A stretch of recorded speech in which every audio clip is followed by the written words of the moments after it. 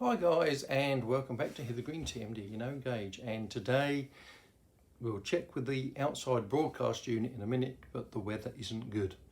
So what we're going to do is the pits. We've been putting it off for way too long and it's time to get it sorted. Still horrible. Join me on the bench and we'll get some pits built. Okay, so for those of you who cannot remember, this is as far as we got. We've built two pit carcasses. They're a bit tight and they're slightly out of alignment, so I'm going to start with just trimming the boards out with the jigsaw underneath. I won't show you that. And due to my trip to Bunnings today, we now have the wood for the third pit. So what I'm just going to do off the camera is open up these pits a little bit wider and make the carcass for the third. I'm also going to extend slightly the pit at the back end of the depot.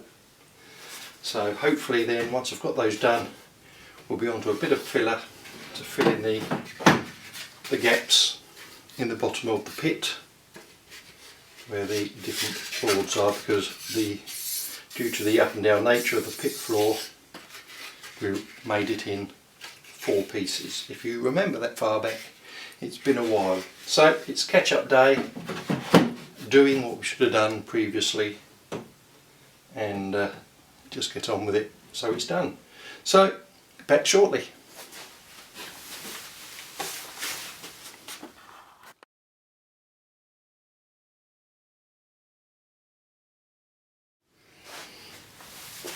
Righto, jigsawing. Now I've got to remember is I can't jigsaw all the way up because I've got the cross beams, so I just have to cut round those and then I'll cut those out with a proper saw afterwards.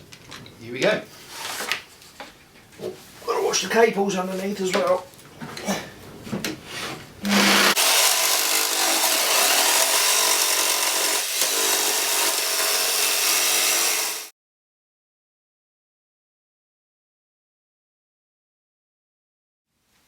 Okay, so jigsawing is done. I've made a mess. I should have moved the wagons out the way, but there we go, and the locos are covered a bit. But quick vacuum up will sort that out. So where the joist now runs across, I've got the little sticking out bit. So I'm now going to go and get my saw and manually cut them off.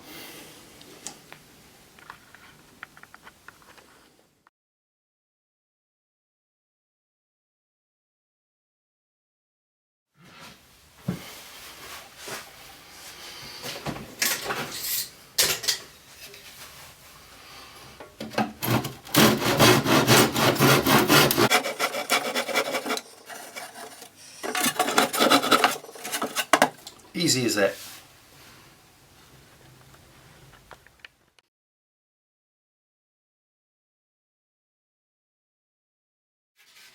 Okay, so now it drops in nice and easy, and I do now have a bit of side movement which I didn't before, which will allow me to line up this end with the rails better because it was a bit out, shall we say.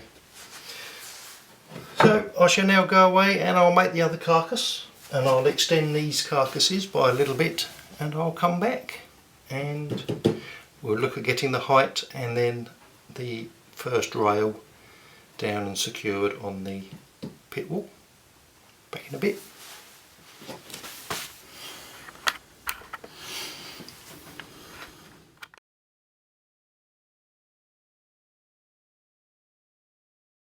So we've moved on a bit. The new carcass is made for this pit.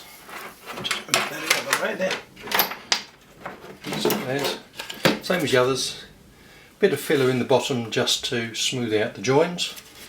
And what we've now got to do is the track. Now I'm using the Peco forehead rail, but because we've got the pit, we have got no sleepers. What I do have, if I just reach behind me, is Individulay fine standard IL1702 Individulay chairs. And what you get is a lot of sprues with ball head chairs on. And the fun part is, dropped it. The fun part is cutting them off. I am going to space these at 2 centimetres apart, and I have a couple of roller track gauges to ensure that when I secure it down it is to the correct gauge, obviously. Now I have a slight difference in height because of no sleepers, and this wood isn't the same thickness as sleepers, and the at the ends of the board I have the cork. That's the word I'm stumbling on there. Cork. I have the cork sheet which I use for soundproofing, so if I just bring you around here a bit, I think you can see that. Let's just have a look. Yeah, so you've got a transition, so you have the cork sheet with the normal track on, and then we have the wood as part of the frame, which I've got to set to the right height to glue the chairs flat. Now I'm hoping I have a load of coffee stirrers that the height will be correct. I'll come back when I've got my coffee stirrers. Okay, so I've got different sizes of coffee stirrers that I've picked up, and I'm hoping now it can be slightly high because we can pull down on it. Now according to that, one thick coffee stirrer will be the right height. So if we stick a thick coffee stirrer under there and one thick coffee stirrer under the other side, that should pick that up so that the sleepers are flat on the cork and the chairs, which they are flat on the top of the pit wall. Easy peasy. Well, that's good. I've got a few of those. I'll just go and grab some and we'll tuck them all in. Job's a good one. We can start marking up and putting the chairs on the rail.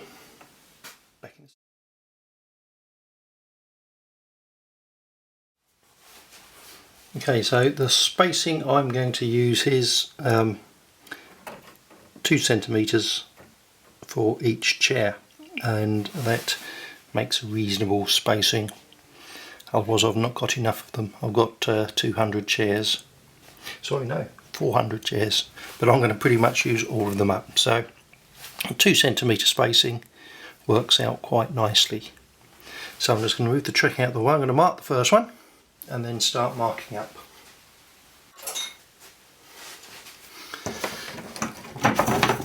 So here is my rule. I'm going to put 2 centimetres to the back edge of the first one, and then I can move the track out of the way, and I'm going to, from there on in, every 2 centimetres, just mark up. And you don't need to watch me do all of them, so I'll be back when I've done these.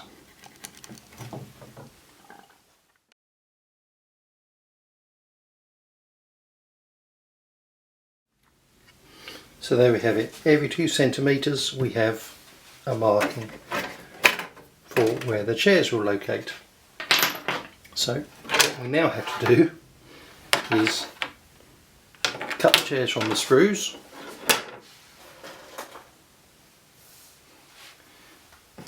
Ta-da, it's some I done earlier.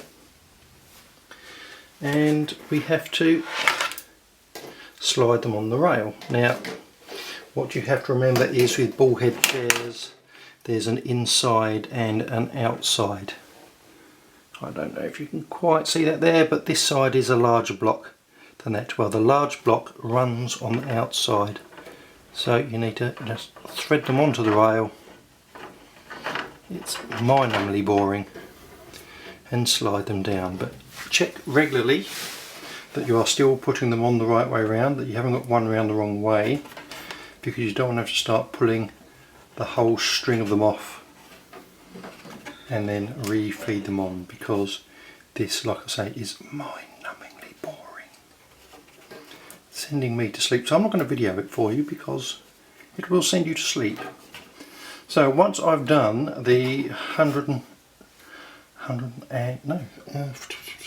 86 that I have to put on this one, I shall come back to you and we'll look at securing the track in place. Back shortly.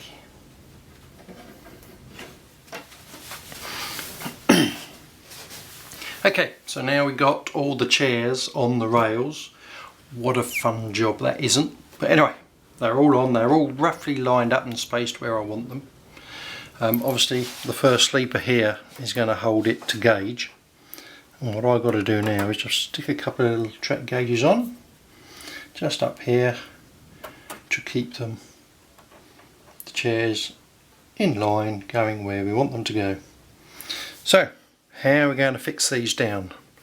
I had contemplated super glue, but we're going with methyl ethyl ketone, which is a fibre glue. Okay, so we've got to change to the iPad because the memory card apparently is full on the camera. So we'll come back with that and sort that out in editing.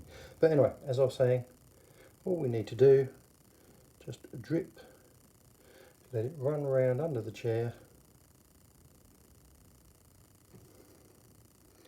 A little bit of pressure to hold it in place, and the chemical melts the chair and it sticks to the rail, to the wood. So we'll just line up the next one.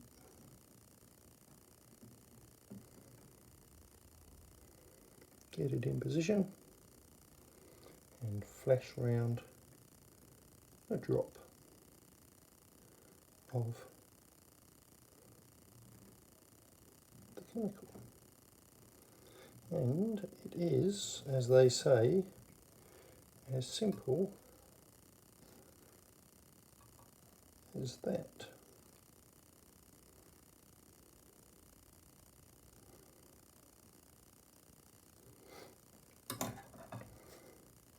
So I'm going to continue along here, and when we're done I'll give you a good look over how it is. Back in a bit.